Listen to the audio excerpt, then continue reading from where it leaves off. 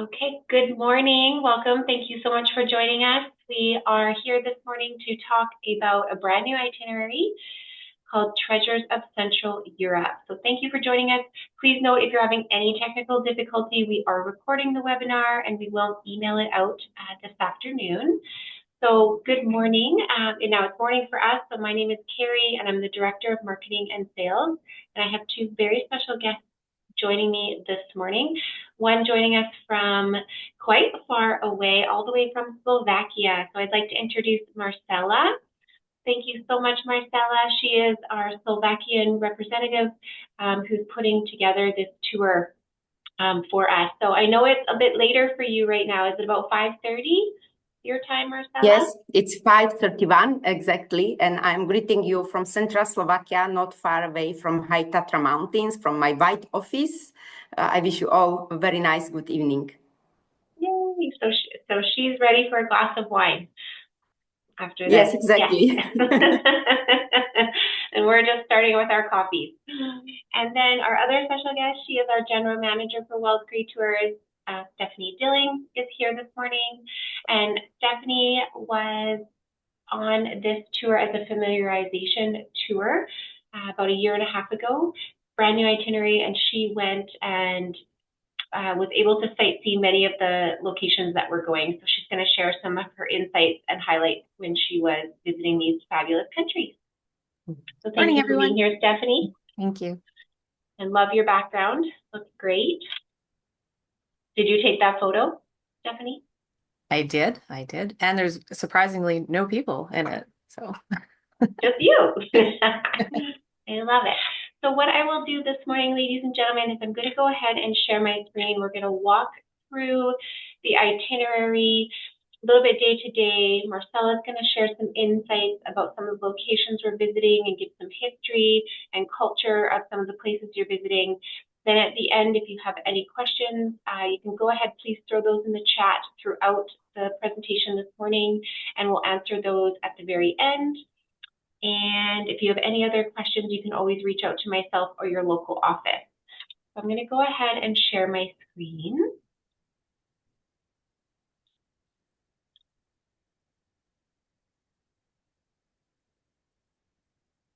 Just let me know we're at the beginning here.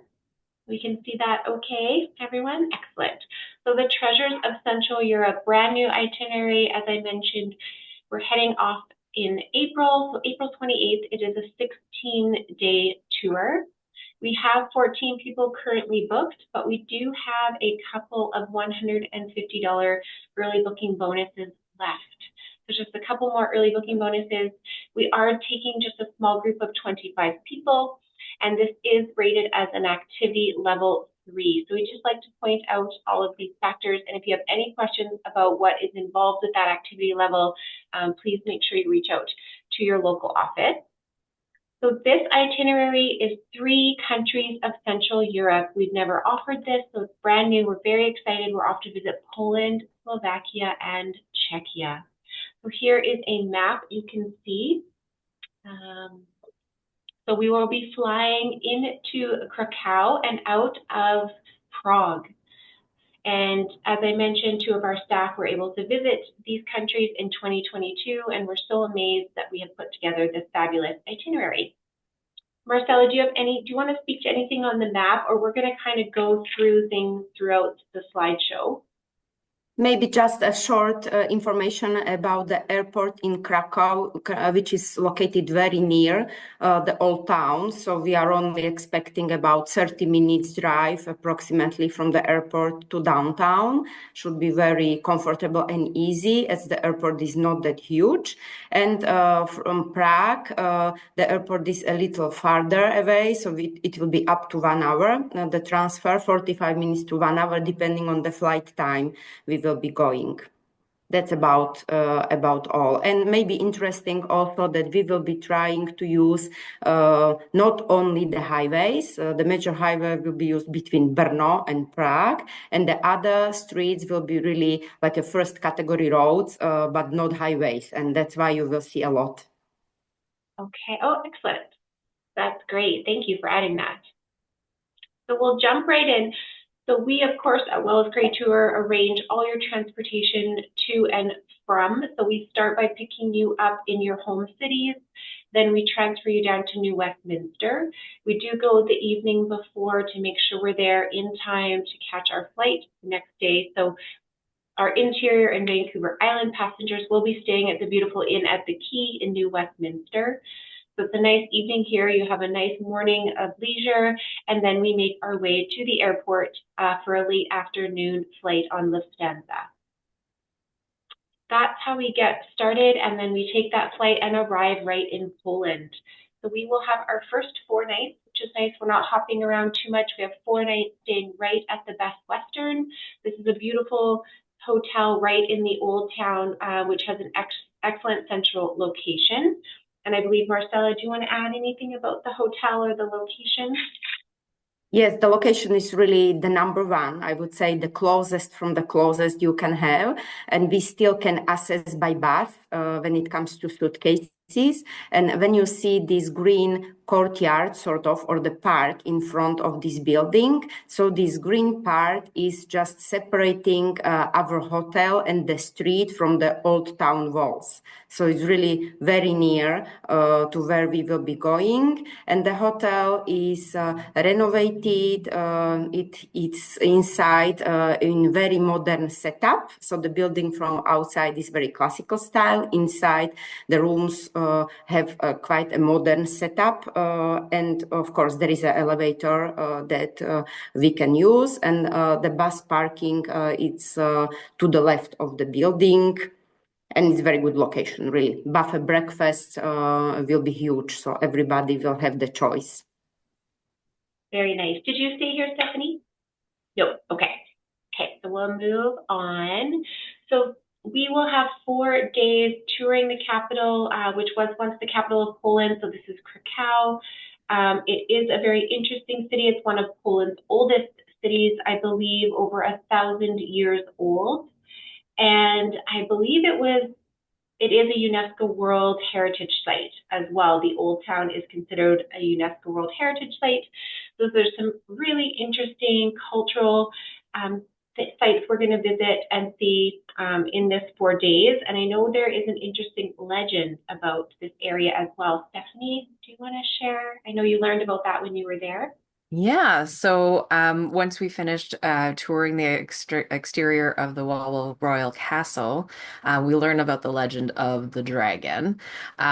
So the legendary beast terrorized the locals and would only demand that he must have cattle and other farm animals to eat, and he was always hungry. And the townspeople were really, fed up, and they had all the strongest warriors come and try to defeat the dragon with no luck. It was finally defeated by the shoemaker's apprentice, and he defeated the dragon by stuffing a ram's hide with sulfur and then left it at the front of the cave for the dragon to eat. And then the dragon, in his gluttony, ate the ram's hide without thinking about it.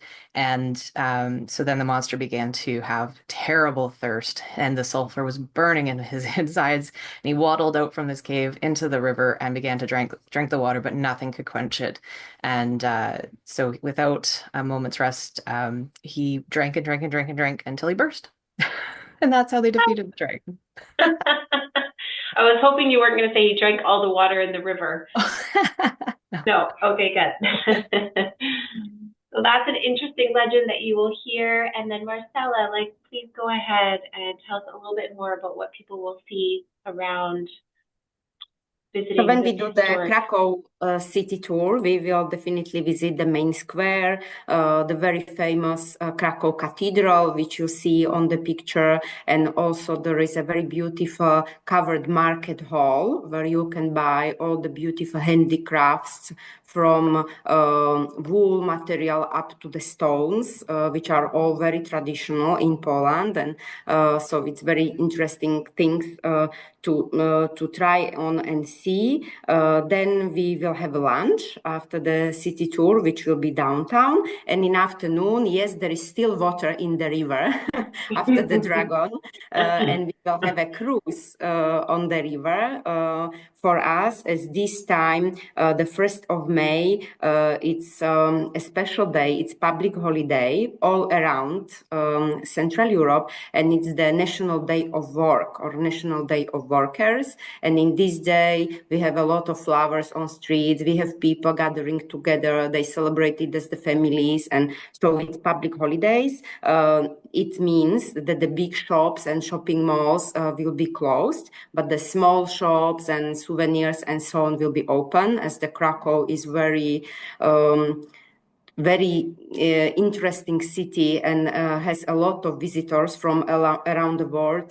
They are taking care after the customers very well, and I am not afraid that there will be not enough interesting shopping opportunities if somebody would like to. But of course, the big shopping malls will be just open on the next day, on the day 3, where we will continue with the second part of the Krakow city tour, and we will visit the Wawel Castle, exactly the one which Stephanie was visiting during her stay in Krakow. Excellent. I love shopping, so I love to hear that the local small shops are open.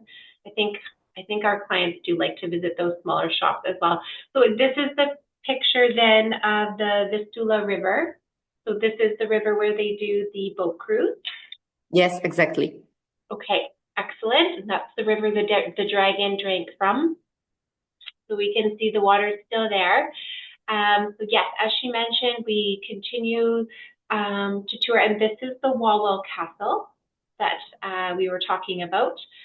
So it is considered the most historically significant site in Poland, and it was built in the 14th century by the orders of King Casimir III. So we do a walking tour around here. Anything else about the castle we should mention?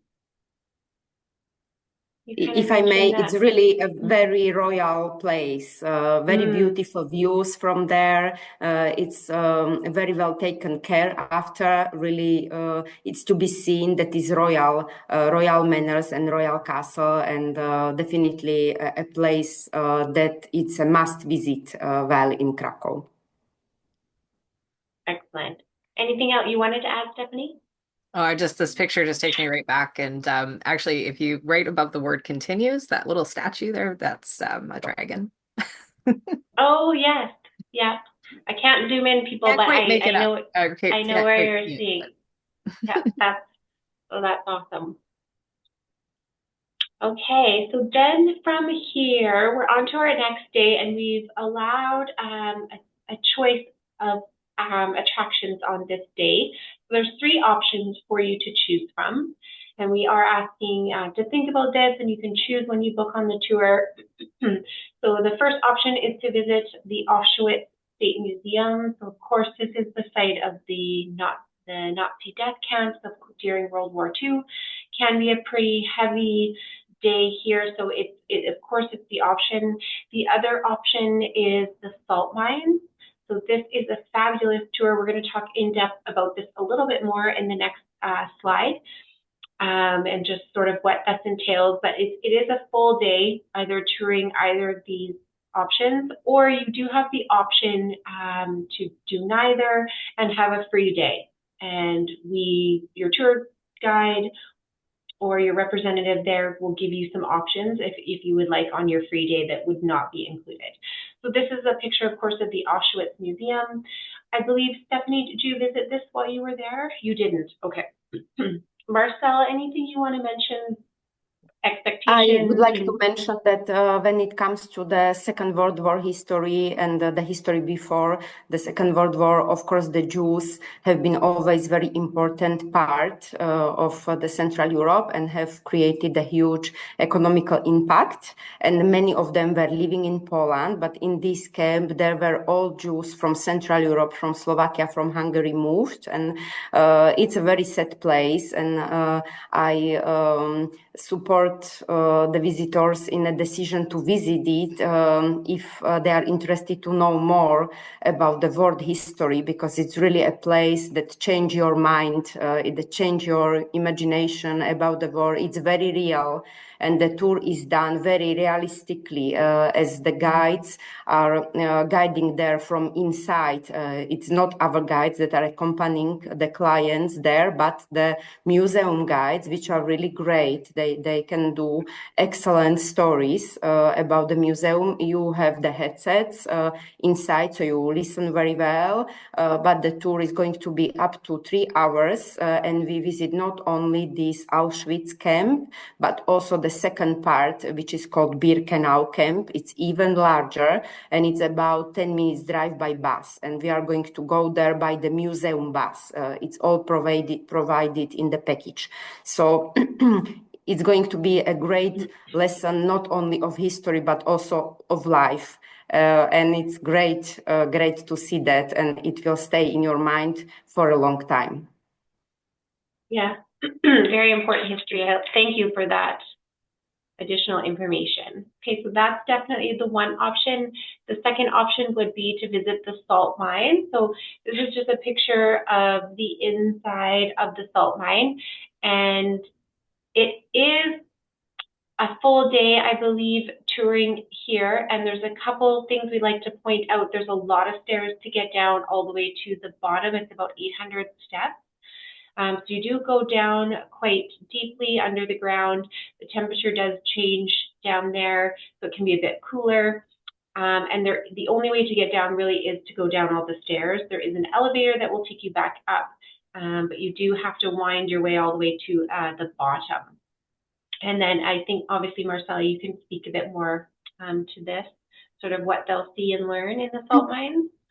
Yes, it's a very interesting place to visit. It's really going to be up to 3 hours activity plus the drive there, about 45 minutes, and also back. So you easily cover two-thirds of the day with this visit. It's also UNESCO site, heritage of Salt Mine Bielička. Inside is also a church, like a chapel, fully covered by salt, and there are many concerts which are happening especially during the weekends, and it's certainly a great memory, fantastic photos inside, so it may be a good venue for people that are interested more for the natural sites and not for Auschwitz concentration camp.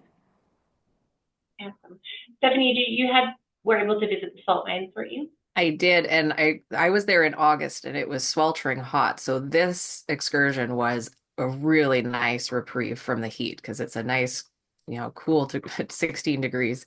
But I mean, just the carvings in the salt mine, and there's this one chamber that has just incredible detail in the art that they've just carved into the walls is just incredible. I've never seen anything like it. So it's quite, if you have the opportunity and your the mobility to do this excursion, I highly recommend it. Yeah, I think I saw some photos, and even they have chandeliers and all the light fixtures, and everything is made from salt.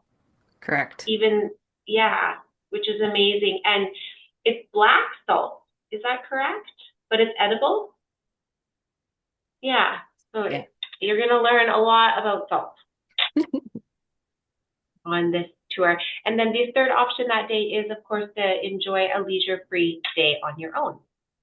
So then from here, now this is I believe, highlight. I love pierogi, and we are going to go and learn how to prepare the iconic Polish dish, the pierogi. So we're going to go to a cooking class and enjoy these delicious pierogis.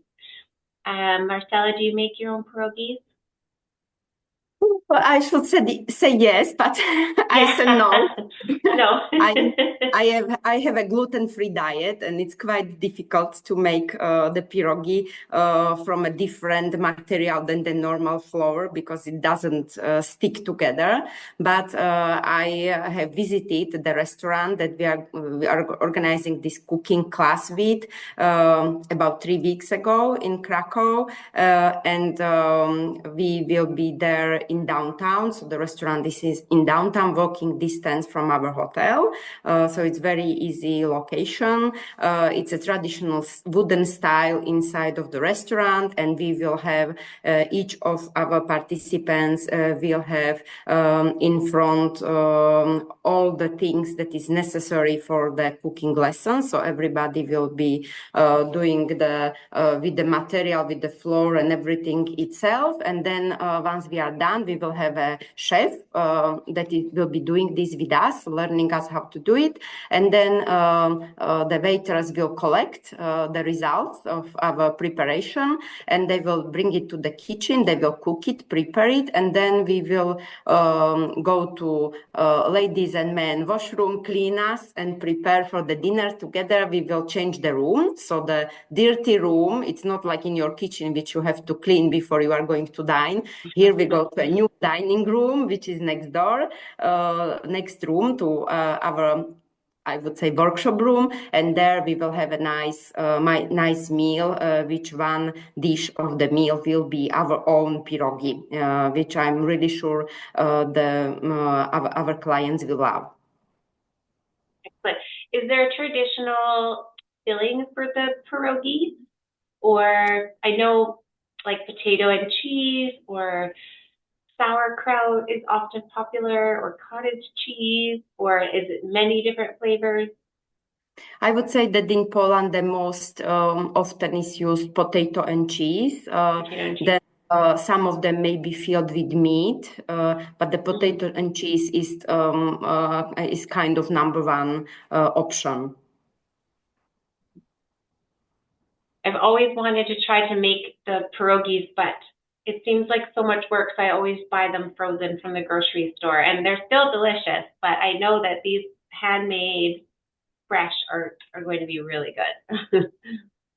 Oh yes, they are fantastic. In this restaurant, they even cook it, of course, from the menu, and you can have many different sorts. It could even be like a share plate. So they specialize on pierogi, and the head cook will for sure teach us the best way how to do it.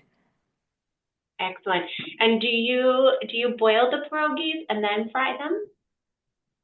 Yes, in we boil Poland? them. Yes. Okay. Yes. This is a debate at my house with my husband often. He likes to just cook them frozen in the pan, but I like to boil them first and then put them in the pan. So I'll have to tell Yes, him the we boil Polish them. way is boiling. Yes. Okay. I feel like I have won the debate. This is good news. Okay. So next, now we are off to head south. We're going into the High Tratus region. This is a beautiful, spectacular mountain region, which is right in between the borders of Poland and Slovakia. So we stop in the village of Zadar. Not sure if Zadar, am I saying that correctly? Zdar. Zadar. Oh, this pronunciation is difficult.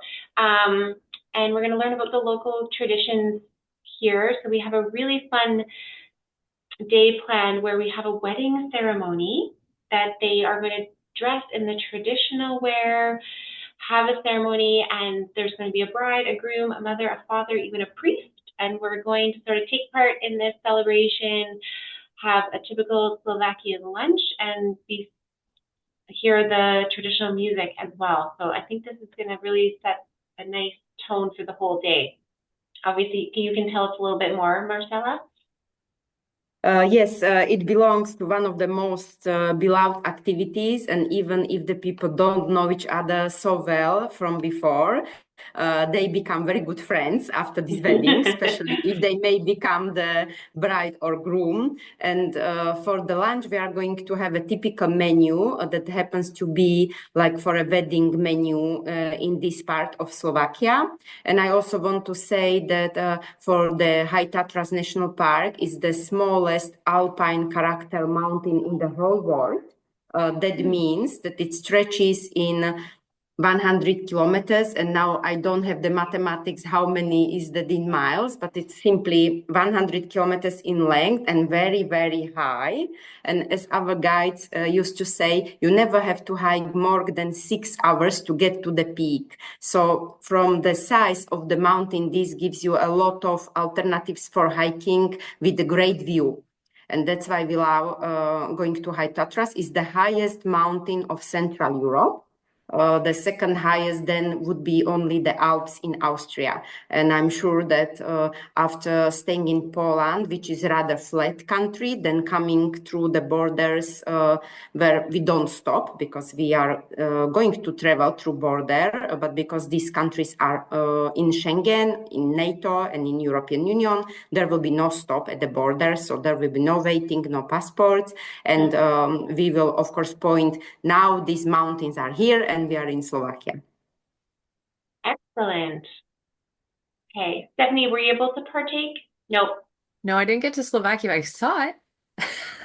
Next time. And next time, yeah. Okay, so now we're going to continue on, and we have a 3-night stay at the beautiful 4-star Grand Hotel. And this was built in Nouveau style in 1905. It is a legend of this High Tatras region. And I know Marcela mentioned to me this morning it's a wellness hotel as well. So do you want to tell us a bit more about this spectacular property? We have 4 nights here, which is lovely. Yes, it's a really a kind of iconic building, iconic hotel in High Tatras.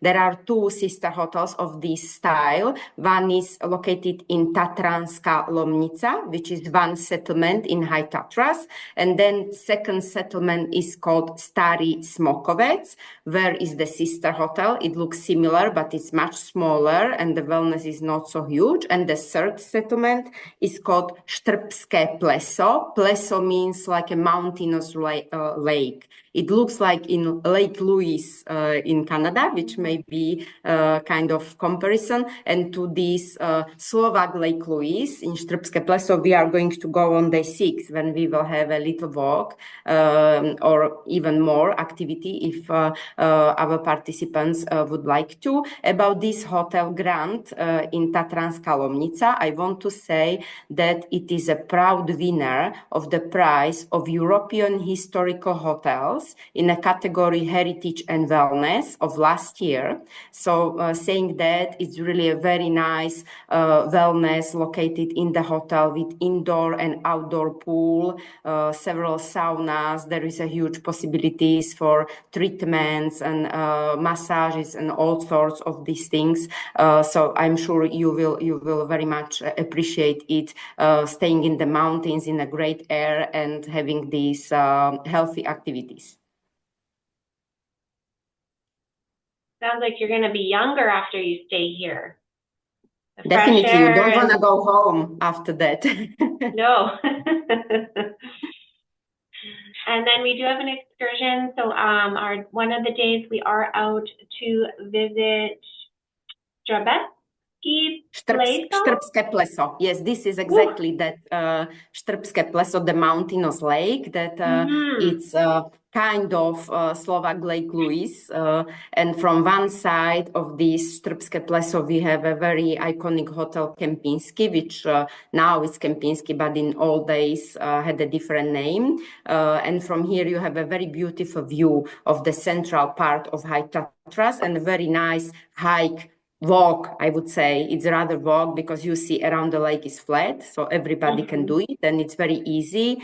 There are some cafes and restaurants located around the lake, and we can finish this walk in less than 1 hour. It's not a big thing. We can easily do it. Very nice. And then we will go to that Kempinski hotel. Kempinski. For like a nice coffee break. We get to see and the that's other really great. property. The coffee break there is fantastic how they serve it in a very old-fashioned way of old Habsburg traditions, because the Habsburg family used to spend a lot of time in High Tatras, especially for the healing air. And up to now, we have several hotels in High Tatras which specialize on healing of your breathing, if you may have some breathing problems. So the people visit this and they call it like the air spa. Yeah. Yeah, it looks very similar to Lake Louise. You're correct. But beautiful fresh air. Be Yes. a lovely walk around the lake. I love that. And then our next day, we drive into the medieval town of Lavocha. Levocha, yes, exactly. Okay, and it is known for its well-preserved town wall. So you're going to learn about that. It has the Basilica of St. James that was built in the 14th century, which has 18 altars, and it is the world's tallest wood carved altar and stands almost 19 meters. That's going to be super fascinating, and we'll do we'll visit another town and do a walking tour after that. But anything you want to mention here, Marcela, about? Yes, I want to mention that this part of Levocha and Kežmarok was considered to be on the main merchant route in the old days, several hundred years ago. And this northern merchant route was very popular. So this is also next to Levocha. There is a place which is considered the most important pilgrimage site in this part of Central Europe. So this area had an important part in a German and Jewish history as well. And in town of Kežmarok, where we are going to visit in the afternoon for walking tour, there is also a UNESCO church, which is built without any single metallic parts. It's completely from wood. It has several hundred seats inside, and we are going to visit as well. So that's very special to visit this UNESCO wooden church without any metals. Yeah, it just looks like such a beautiful town, just very well preserved, high up in the mountains. Nice, Yes, it's very colorful boutique buildings. feeling. You can wander around and have during some free time have some coffee or even a very good Slovak beer for the afternoon, because I expect in this first week of May, this is my most preferred time. When somebody asks me where should I come to Central Europe, this would be my number one date, which I would give, because this is the time when everything is green and all flowers that should be flowers, they are flowers. So it's really nice time, nice period, usually very sunny. So I hope in 2025 it will be exactly like we are used to. Beautiful. That's good to know that the weather is so nice, and we're so it's like we're in the spring season when we are Yes, there. it's a warm spring already, because the early spring starts at the beginning of April, and the beginning of May is already like a warm spring. It's a kind of slowly entering into the summer, but it's not hot. So it's a very good time for visiting and doing this kind of beautiful walking tours in these boutique towns that we have here around High Tatras. Very nice. Yeah, Stephanie mentioned she visited in August, so it was quite a bit warmer. So it'll be nice, cooler temperatures when our group is there. So then from here, we're off to another town, which is called Kežmarok. Yes, this is the place where this UNESCO wooden church is located. Oh, so this okay. will be in the afternoon. We visit Kežmarok with this walking tour there. The look of the town is very similar. It has also this kind of colorful houses and the main square, a nice walking, and it has two churches, one a big cathedral and one a much smaller. And this is the UNESCO wooden church I was speaking about. Okay, excellent. Makes sense. Now we're on to our next day. So we head back to that beautiful hotel. We stay overnight, and then our next day we head off to Krajinka. Yes, we go to Salaš Krajinka, and Salaš means like a shepherd place. That's translation. Salaš means shepherd place, and Krajinka means in Slovak like a beautiful countryside. So full translation, shepherd place, beautiful countryside. And in this shepherd place, we are going to have a tasting of the Slovak sheep cheese. Slovakia, after Finland and Austria, is the third country in Europe mostly covered by forests. So we have a lot of green, a lot of forest, and a lot of sheep, because the country, in comparison to Poland, Czech Republic, and Hungary, is more mountainous. So we need these sheep to keep the country very in a good shape, so to say. And also the Slovak national meal is done from sheep cheese. So we are going to taste on this farm where they also have the sheep and they milk them, they prepare the cheese in a traditional way. As you see on this picture, the very right is the most basic sheep cheese. And we say that the best sheep cheese ever is in May, because this is the time when the sheep start to go on a green grass with a lot of beautiful flowers, and that's why you can taste it in this milk. So this is the sheep cheese basic, which is the one on the right. And then we have several alternatives of smoked, a little bit smoked. Some of them may be also a mix of sheep milk and cow milk. And then it's done into different sizes and patterns. And so we are going to visit Salaš Krajinka, this shepherd house of beautiful countryside, and have a tasting of different kind of sheep cheese. There is also some local pastry that we can taste, sweet and salty. And of course, we will also see the sheep and also some rabbits that they have around the farm, which are moving freely. And usually this belongs to one of the top visits for our visitors. Yeah, I lost my earbud. Can you still hear me? Yes. Okay. And I love the hands-on experiences when you get out to a farm and meet the animals and then taste the product. This cheese looks delicious. I love bread and cheese. So this to me, I would look very forward to this on the tour. So I think this is going to be a very fun day and delicious day. Okay. Now our next town, we are off to visit Trenčín, sometimes called the most romantic city in Central Europe. Can you tell us why is it so romantic? What's happening here? I first want to say that this day, it's going to be like a transit day from our Grand Hotel in High Tatras. We are going to go to Brno, capital of Southern Czech Republic. So will be a little bit more transportation, but in order to make it not so to make it more interesting, simply we will have some stops. First one will be the Salaš Krajinka, the shepherd house. The next one will be Trenčín.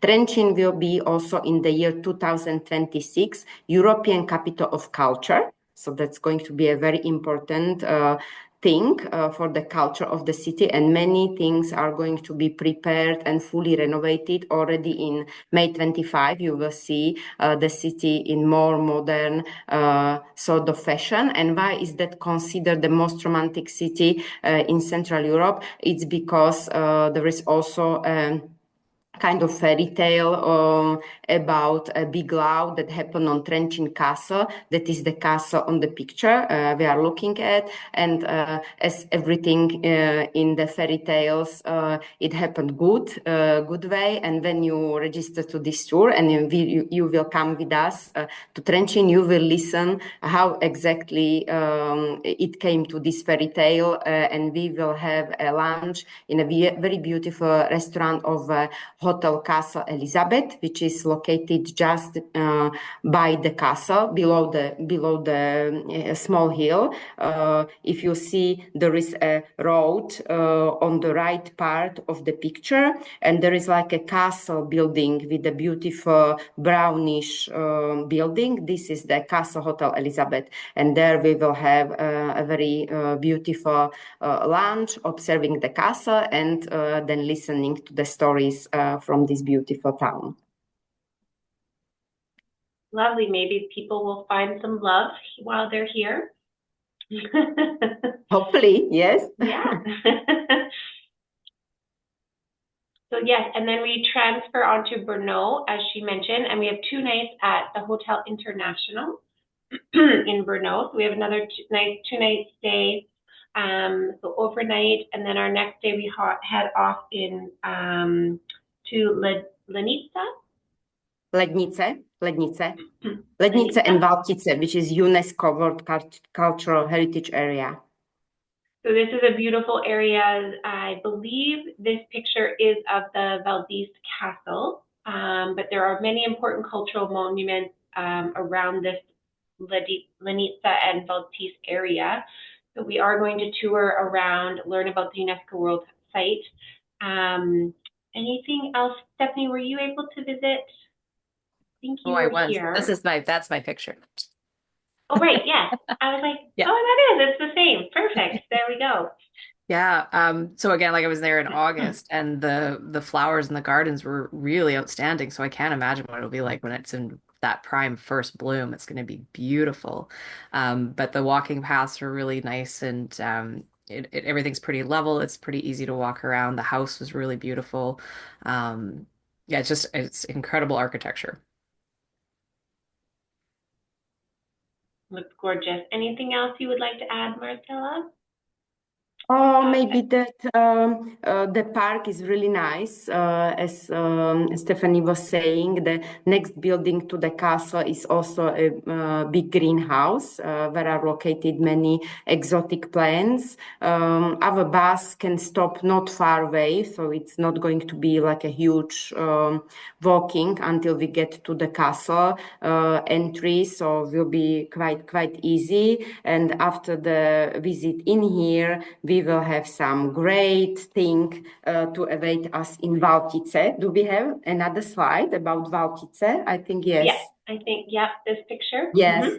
And I think that this has really a great, like a follow-up of the day because we are going to visit the National Saloon of Wine of Czech Republic and taste the best wines of Czech Republic from the past year and also have the lunch in the same premises. So will be really a very beautiful highlight of the day. Yeah, it's a gorgeous property. And if you love wine, I'm sure this will be a fun afternoon of tasting the wine, having the lunch on the beautiful property. Did you do wine tasting while you were there, Stephanie? Yes. Yes. Lots. Yes. You It's drank very all the good. wine? Good girl. But you can't buy Czech wine in Canada, like their exportation. So when you're there, you really need to taste it. It's really, really good. But I Yes. did bring 2 bottles home. So Did you buy those when you were on the tour? Or I did you did. buy them in? Oh, nice. Okay, and then you put them in your suitcase? I did. I wrapped them really well and they've made it home. So Good, excellent. Have you already drank them? no, but I could put them in the fridge for Christmas. Great. I'll come over. Stephanie, can I ask the question? Did you like more the white, rosé, or red? The white. Yeah, the white was really good. And especially because you were in the summer, and as our visitors will be coming in beginning of May, it will be already nice weather and with a lot of sun. I also would encourage you to try our rosé because Central Europe is known by the high quality of whites. Very new emerging trends in rosé. And of course, we have many kind of red wine, but we don't have that much sun that in southern Spain or southern Italy. So yes, we also drink at home Cabernet Sauvignon from Slovakia. That is true. But my most beloved wine for the summer or May would be rosé. So that is definitely to be visited. Another thing why you can't buy the wine in Canada or US is that we don't have that many hectares of the vineyards in Slovakia or Czech Republic. And that's why we drink it all because the consumption of the wine has increased. It was traditional vodka area, like 30 years back, but the wine culture has approached Central Europe from the times of the Velvet Revolution when the countries changed to a market-oriented economies and the people really love drinking wine. And it's just the number one drink when you come to a restaurant, you would definitely order the wine. And maybe in the evening you order the beer because the beer culture in Czech Republic is also number one in the world. Yes, also I highly have, recommend going to a beer hall. yeah, I've tried a couple of Czech beers and they've all been very, very delicious beer. Usually I want to find on the lighter side, but did you try any hoppy beers while you were there, Stephanie? No, lighter beers, generally Yeah. speaking. Yeah. Which is what I love. So I love Czech beer. Okay, so we're gonna have our fill of delicious wines. We're gonna be feeling great. And then we do a final stop in Mikulov. Mikulov.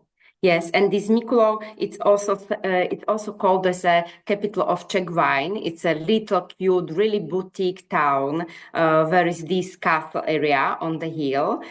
We will have it like the last visit of this day, of this great day filled with Lednice Castle, Valtice, wine saloon and lounge, and we finish in Mikulov, which is really picturesque, very beautiful fairy tale place where you can't get lost because it's really small. And after a short orientation tour of Mikulov, we will not kill you by like 2 hours tour. No, nothing like that. It will be more like for orientation. And then we will have an early dinner or a dinner here, and then we move back to Brno, to our hotel International, which is located very near walking distance to the old town. So you can get everything what you really need, even some shopping in Brno. Oh, very nice. Yeah, just jump in on Bruno. It's quite a metropolitan city, and it's very lively and really good nightlife. If you know get out of the hotel later in the evening, it's college town, so there's lots of kids around, and they've got a really neat astronomical clock if you get a chance to see that as well. Yes, and if I may add, it's also the second most important city for the university study. The Masaryk University is the number 2 in Czech Republic by the quality after the Charles University in Prague. And the second interesting thing, they have a huge underground city that we can make a tour. And this underground city is sometimes even scary, but many people don't know about this underground city, but it's really something interesting to visit. Beautiful. I love this photo just with the rolling hills and farms and vineyards and then this beautiful picturesque town. I feel like I could live somewhere like that. Yeah, gorgeous. Okay, and then our last stop, so we're sort of coming to the end of the tour now, and we do have a couple more days here visiting Prague. So this is our last city stop in Prague, which is the capital and largest city of Czechia. Of course, it is a very popular tourist destination. It is such a gorgeous city. It's on my bucket list. I see pictures of Prague and feel like I just need to go there. It just looks so beautiful. And I know it's really one of the only cities in Europe that has not been touched by all of the world wars. So the architecture and the history has really stayed intact over all the years, which I think makes it so special. So one day I will visit beautiful Prague. So tell us more about Prague. Stephanie, I know you were there. Yeah, and I know that we have some free time here. So just a couple of suggestions I wanted to point out. There's this place called Augustine, and it's a monastery turned into a hotel, but they have a restaurant and they serve a beer there. This is where, sorry, I did have a very dark beer. So this is like the beer of kings. And you can only get it here. It's called St. Thomas beer, and it was originally produced in 1352. And it's a dark malty beer, and oh my goodness, was it delicious. It was really good. So I think that would be if you can fit that into your free day, and as well just any beer hall and go and experience that and how good and crisp the beer is, that even that light beer. I'm not usually a fan of light beer, but I was definitely a fan here. So my 2 suggestions, and good walking shoes. I was gonna say it's a walkable city, but it's a big city, so you're gonna end up walking a lot. Yeah, so good walking shoes. I was just thinking that. Yes, but I would like to add that we will make it as easy as possible for our clients, so they will not walk themselves to death. We want them to enjoy. So, for example, when we are going to visit the Prague Castle area, which is on the plan on day 2 of our stay, because we have in total 3 nights in Prague, which is great, I think, for the end. So we will take them by bus up the hill to the castle area, and then we will walk down towards towards the Charles Bridge, and that makes the thing much easier. Otherwise, we would have to walk a lot of steps up to the castle area, which is not so easy after walking a very long time. And then second thing, which I would like to advise maybe for some free program, is a similar beer restaurant, which is the most iconic in Czech Republic. In many movies, it's called U Fleku. And this U Fleku restaurant, it's also the beer hall, including a King's Hall, which has a very traditional furniture and ceiling, where you can taste the beer, the very traditional, very crispy beer. Exactly, that was the exact translation, I think, and description, Stephanie. I think that we don't even think like that because all our beer is like that. But if we are in other country, it's not so crispy and as the Czech. And also you can listen there every evening a local music. Local musician is there playing some local music and some very traditional Czech meals. And here I also want to say that when Slovak traditional meal is more on the side of the potato and sheep cheese and so on. In Czech Republic, it's a lot of cabbage and also dumplings, many sorts of dumplings. But here I want to say that, of course, when we prepare the menus, we will remember that one dumplings per stay is enough. And the other meals will be a choice of international flavor. So our clients will have the possibility to taste a modern Czech cuisine in a more different ways, not just the dumplings. Yeah, it's nice to have the variety. And our dumplings, are they cooked, is it like a gyoza almost, like a dumpling? Not really. This is more like the No. dumpling which you steam. You put Okay. like a boiling water, then something that you can put your dumpling on top. It could be rather big, like big, and then you cut it in pieces and you eat your meat or duck with the cabbage with it. Especially the duck, it's a meal which we eat with the wine festivals, which is from September, October. So when people are going to have like a wine festival party, it's always connected with the duck. So duck for any kind of style. For Czech Republic, the traditional meal, it's either a beef or a pig, and could be creamy sauce or could be sauerkraut and the dumpling. Have you tried, Delicious. Stephanie? No. No? No. Did you try the dumpling? We only had one. One is enough. One, it was great. I would choose to Yeah. have it every day, but So you Well, then and sauerkraut. you are already half Czech, Stephanie, if you like the dumplings so much. Yeah, you love the dumplings and the beer. You're halfway there. And sauerkraut is so good for you. It's not something I often eat, but I know I have a girlfriend who eats a tablespoon of sauerkraut every day because it's just so good for your gut health. And so you're going to be healthy on this tour, ladies and gentlemen, minus the beer and wine. Okay, so that sort of concludes. We do have a walking guided tour as well through the old town. So that's in Prague. Beautiful old town, just gorgeous buildings, lots of small shops. So I think this is when you mentioned they'll start sort of at the top, work their way down to make the walking a little bit easier. And it's lovely that we're there during May, so it won't be too hot to be walking around. This is the hotel. So it's a beautiful 4-star property called the Majestic Plaza Hotel. It is got a wonderful central location, so easy to walk around maybe in the early evening or evenings if you want to get out into the lively city on your own. And this is just a picture of the lobby, but it is a gorgeous property. Anything else you wanted to add about the hotel, Marcela?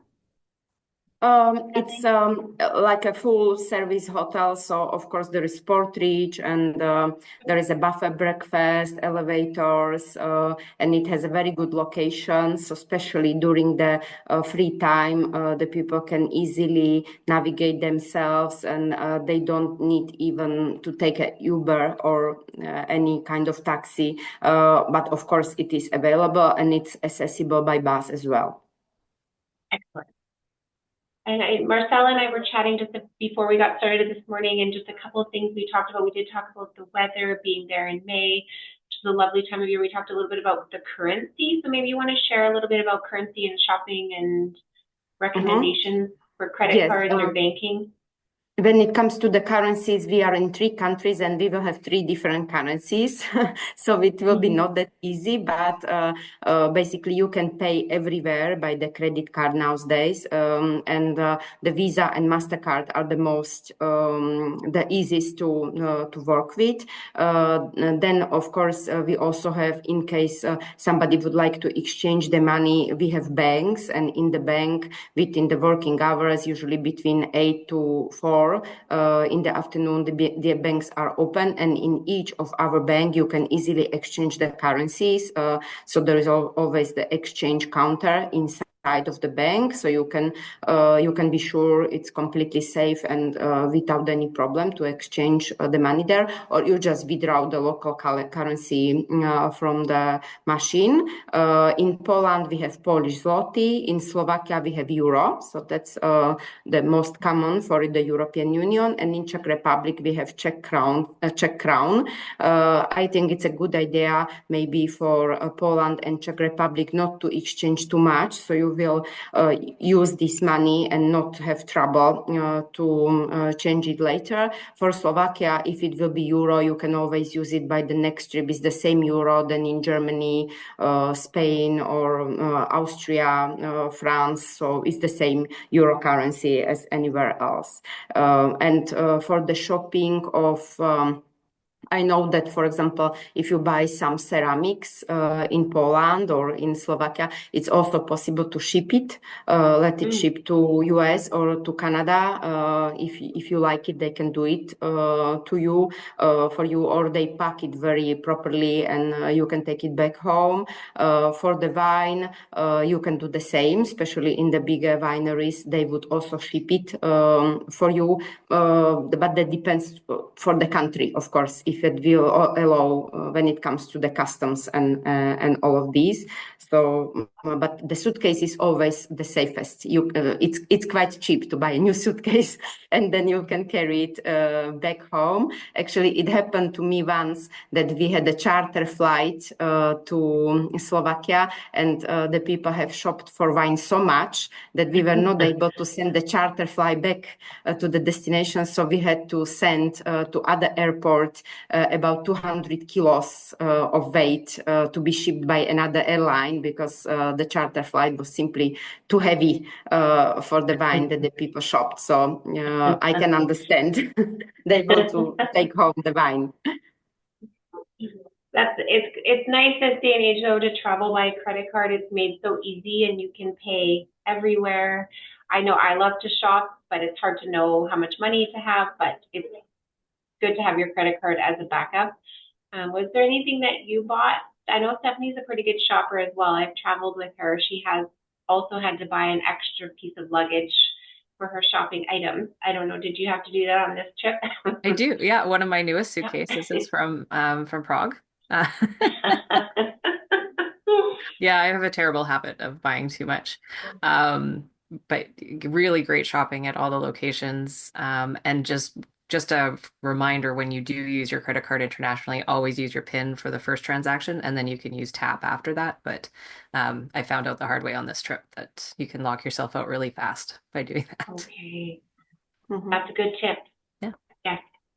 Very good tip. Okay, so then maybe yes, exactly about this. I wanted to say that we are going to have on the tour also a special garden visit, and this is it.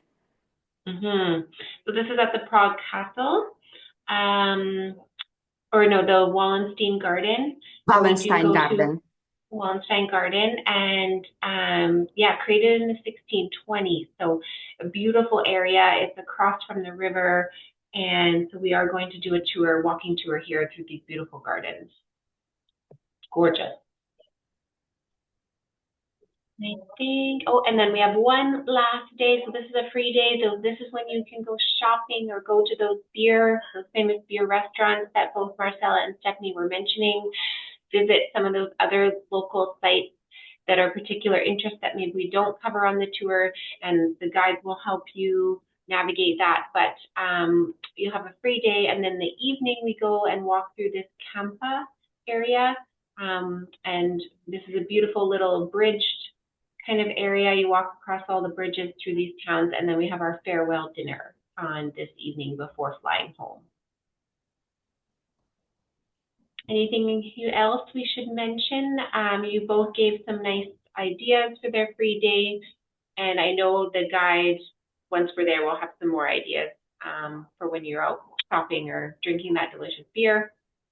And then we'll have our fun farewell dinner. And we'll have to say goodbye to Central Europe, which is always sad to say goodbye. But it's going to be a fabulous tour. Some nice elements of getting behind the scenes, doing the cooking classes, getting out onto the farm, doing those local visits, learning about the history and the culture. So I'm very excited about this itinerary. And then we do fly you home. We have the morning flight from Prague. We do connect through Frankfurt. And then we are back to New Westminster because we get in later. We will overnight again at the Inn at the Quay and then transfer you back to your home city. So I'm going to go ahead. I'm going to stop sharing my screen. We can open it up to any questions. I'm going to look in our chat just to see if we have any questions in the chat. We don't so far.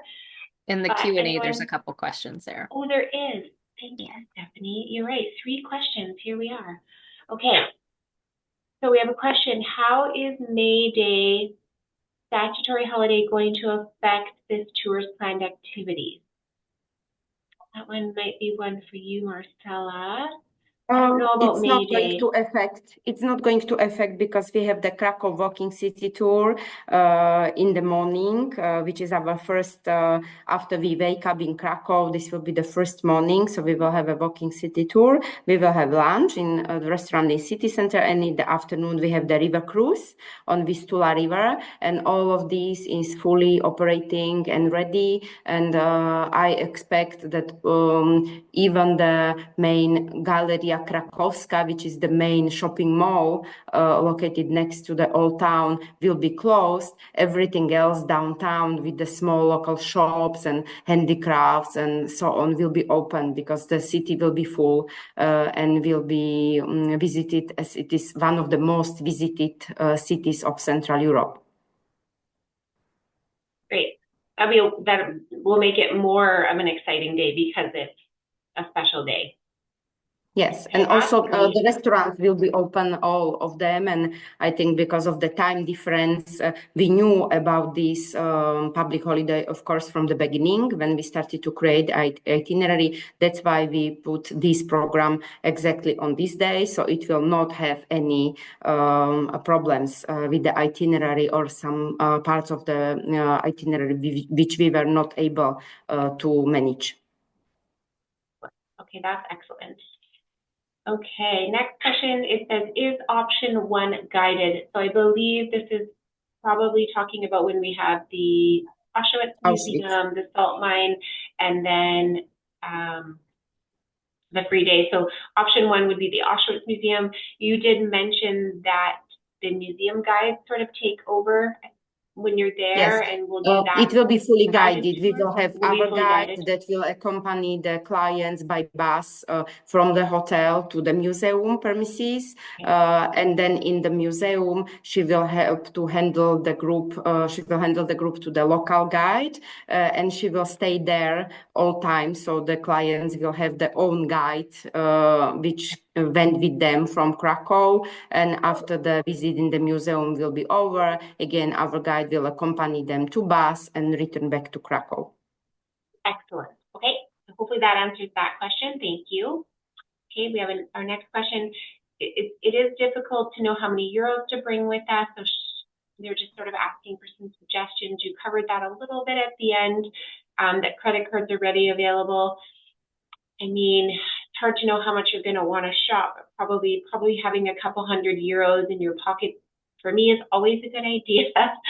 And as you mentioned, what's nice about the euro is it is accepted in so many European countries. It's a huge currency, so you could, and it's probably easier to exchange once you get back home if you don't spend all of it. Actually, if I also may add that in Poland, for example, as I am Slovak, and when I travel to Krakow, which is only 3 hours drive from my home, and I go there quite often, if I don't happen to have Polish zloty, and I say in the restaurant I don't have Polish zloty, or I go into the food store and I say I only have euro, so they sometimes take the euro as well, if they may have a difficulty with the credit card. So I think that euro currency may be a good way. And in general, the cost, for example, a cup of coffee, a good like a cappuccino may cost around €4. The beer may be about, depending on the country, between €3 to €5. And the main course, for example, in a good restaurant could be about €15, 1.5. So by this, you can count approximately how much you would like to bring with you, and then it depends how much you want to shop, how many shoes, and how many bottles of wine. Oh, I love shoes. I'd like to go shoe shopping with you, Marcela. That sounds fun. Yes, me too. Yes, shoes anytime. Yeah, okay, great. And it's fun when you come home and you wear your shoes and people say, wow, where did you get your shoes? And then you can say, Prague, Slovakia, which is, yeah, you have to go all the way there to get them. Especially the leather goods are very good in Krakow, for example, because Polish people are very used and they are great leather makers. So that's why I advise if you are planning to buy a new leather handbag, Krakow is a good place. If you want to have a very nice European style shoes for the ladies or men, then very good designers are in Czech Republic, in Brno or in Prague, especially in the shop, which is called Baťa, and maybe that is quite known. They have a huge choice, much bigger than internationally, Baťa, which is the local store. Excellent. Okay, yeah, I would maybe need a few €100 the more we're chatting here. Okay, we have one more question. How early does the Lufthansa flight from Prague leave? Great question. I'm not 100% sure. I got it. You got it. Great. So, look it up for us. So currently it's scheduled right now for 10:25 a.m. Although flights can change, as we all know. So right now that is the schedule. Okay, so that's not too early. I mean, we're going to have to be there, 2-3 hours ahead, of course, because it's an international flight, but kind of an early breakfast and then make, oh my gosh, lost my earbud, I'm moving around too much. Can you hear me? Yes. Okay, so breakfast and make our way to the airport for that 10:30 a.m. flight. Okay, great question. Oh, we have another question. Are gratuities normal? So this is a good question. So like tipping, like in restaurants, how does that work? Gratuities is not something which is obligatory or expected automatically, like for example in United States. It's something what you give if you are really happy with the service. And usually in Central Europe, in a restaurant or in a I wouldn't say that when you buy from a counter, they should not expect the gratuities. But if you are sitting in a place, in a cafeteria or in a restaurant, usually if you add 10% to the bill that you are paying, then that's a nice thing to show that you have been happy with the service. But it's not something which the waiter would be upset with you if you don't. Okay. That is nice. It's much different in North America. Our gratuities are much higher. So that was a great question. You always wonder when you're in another country what sort of the standard. Thank you.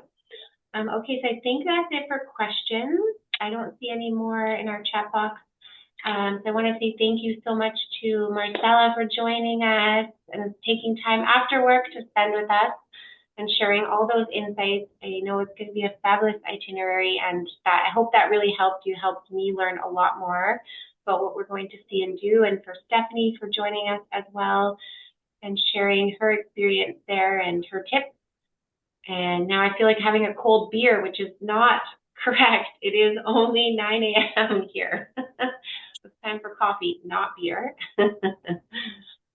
So thank you so much, Marcela. We're looking forward to seeing you in April and bringing our group. And if you do have any other questions, please follow up with myself or any of your local staff. And so thank you. Thank you so much, everyone, for joining. Thank you. It was a pleasure. Thank you very much. Yes, See you enjoy in your Central glass Europe. of wine. Yes, we'll see you in April. Bye-bye. Bye-bye. Take care. Bye-bye.